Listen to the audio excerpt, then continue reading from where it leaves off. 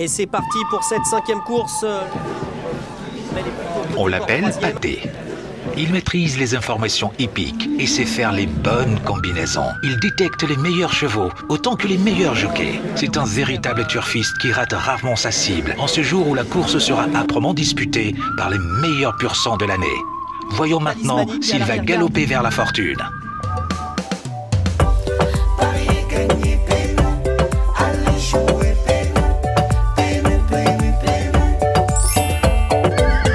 Avec le PMU, galoper vers la fortune. Interdit aux moins de 18 ans. ku ne xam ne ne yàlla daa bind te yemalewul am na ñu matal am ñu matlewul waaye ba mottali amee ba léegi kenn sonnatul buur kattan di produit 100% naturel sans effet secondaire ñu defare ko li nga xamante ni moo di petit cola bisaab ak jinjeer ñoo ngi jàppale leen ci seen wàllu kattan ak seen wàllu wërgu-yaram bu nekk jar na fi nguur ak keng ba ci kikirikiij waaye bii mooy seen buur di buur kattan ballonnement moo ci mën constipation faiblesse sexuelle diabète sinusite éjaculation précoce di joxe appétit sexuel teg ci itam day raxas sa biir ba mu set wecc wooteel gaaw ci 77 413 59 24 77 413 59 24 xar yëpp xar lañ waaye laadum da ciy gën te bu ñu nee góor ngóoraa tax.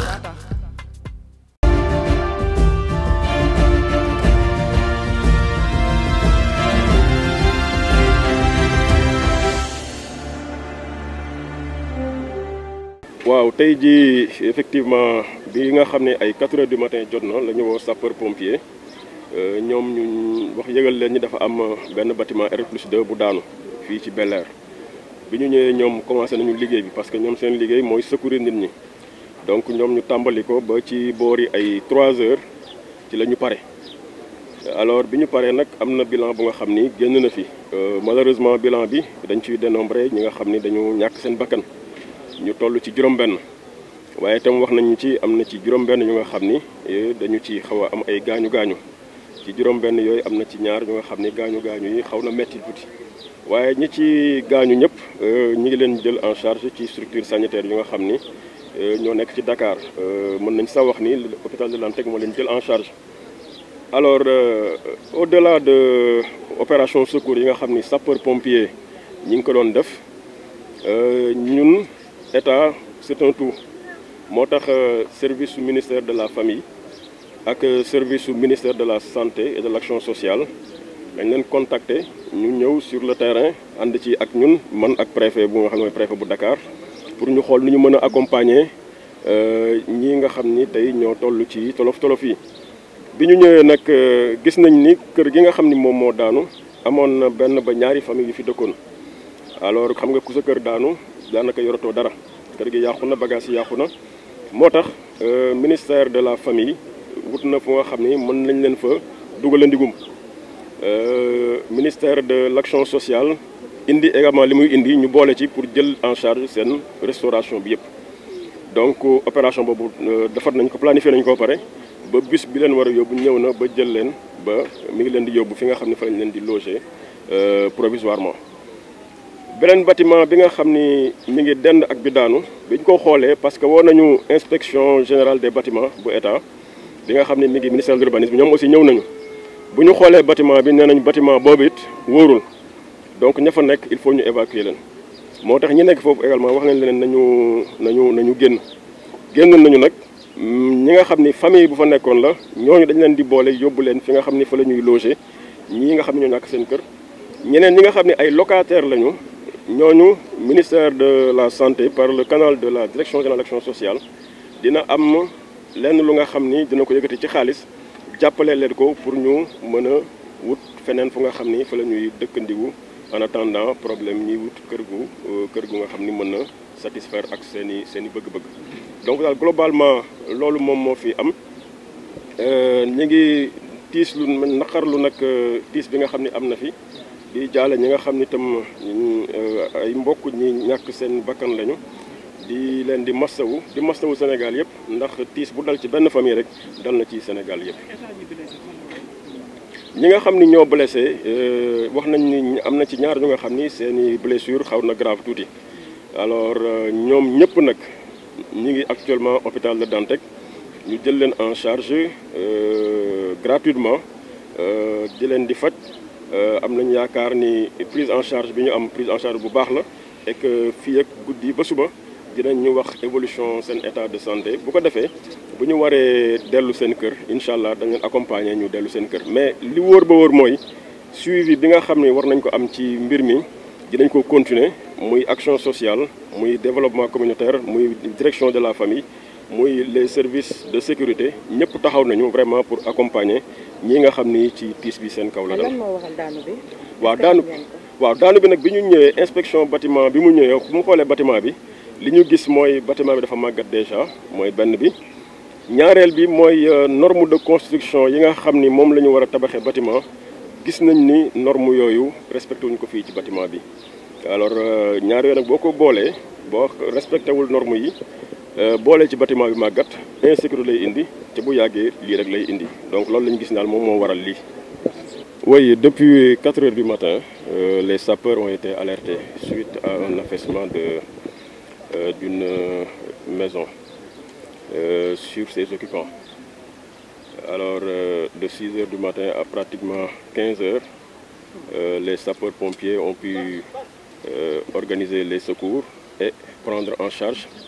les blessés, les évacuer, mais également s'occuper malheureusement de personnes décédées. Il nous revient du bilan à nous présenter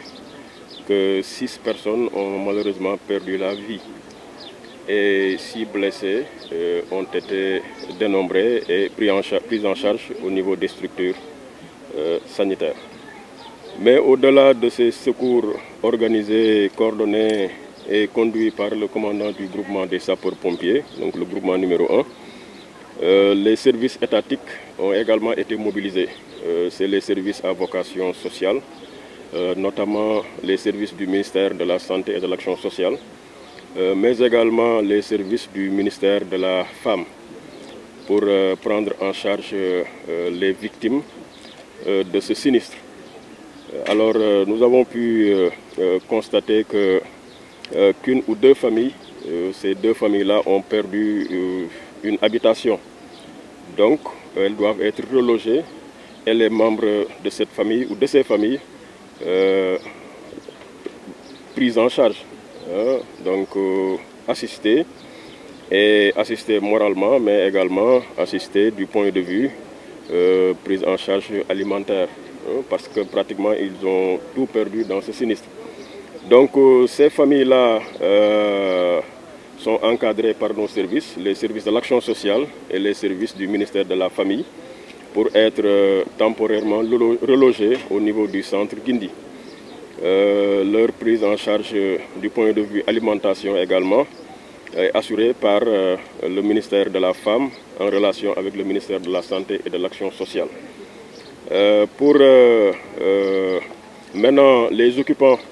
des logements mitoyens à celui-là qui s'est effondré, avec le ministère de la Construction, nous avons constaté que ces bâtiments ne sont plus sûrs et il n'est plus possible d'y loger et d'y habiter. C'est pourquoi nous avons demandé à ce qu'ils évacuent le bâtiment. Et nous ne les avons pas tout simplement demandé d'évacuer, mais nous avons demandé et obtenu du ministère en charge de l'action sociale, donc à travers la Direction générale de l'action sociale, alors un accompagnement à travers un cash transfert, en tout cas d'une petite pécule, alors qui leur serait octroyée pour leur permettre de trouver évidemment une autre maison à usage d'habitation, parce qu'on s'est rendu compte que c'est occupé par des locataires. Maintenant, pour les autres, la prise en charge et le suivi se poursuivent, mais il faut magnifier l'action coordonnée de l'État à travers les services de sécurité, donc les sapeurs-pompiers, la police, mais également les services à vocation sociale, notamment la Direction générale de l'action sociale et la Direction de la famille du ministère de la Femme. Par rapport aux éléments que vous disposez, est-ce que vous avez une idée véritablement de la cause de cet affaissement? Oui, c'est la vétusté du bâtiment. Non seulement il y a cette vétusté, mais c'est un bâtiment également, d'après ce qu'on en sait et ce qu'on a pu constater, certainement qui n'a pas respecté les normes de construction. Alors, ce qui est à l'origine, effectivement, de cet effondrement. ce qui est des blessés actuellement? Oui, pour les blessés, on nous signale qu'il y en a 2 qui sont graves. Donc ils sont pris en charge à l'hôpital de Dantec, pris en charge par l'État, parce qu'il n'a pas été question qu'on leur demande quoi que ce soit préalablement à leur prise en charge. Donc avec le ministère de la Santé et le directeur de l'hôpital, ils ont été tous pris en charge, soignés, et dès qu'ils se seront rétablis, effectivement, ils rejoindront les autres membres de leur famille. Et c'est parti pour cette 5e course. On l'appelle AD. Il maîtrise les informations hippiques et sait faire les bonnes combinaisons. Il détecte les meilleurs chevaux autant que les meilleurs jockeys. C'est un véritable turfiste qui rate rarement sa cible en ce jour où la course sera âprement disputée par les meilleurs pur sang de l'année. Voyons maintenant s'il va galoper vers la fortune.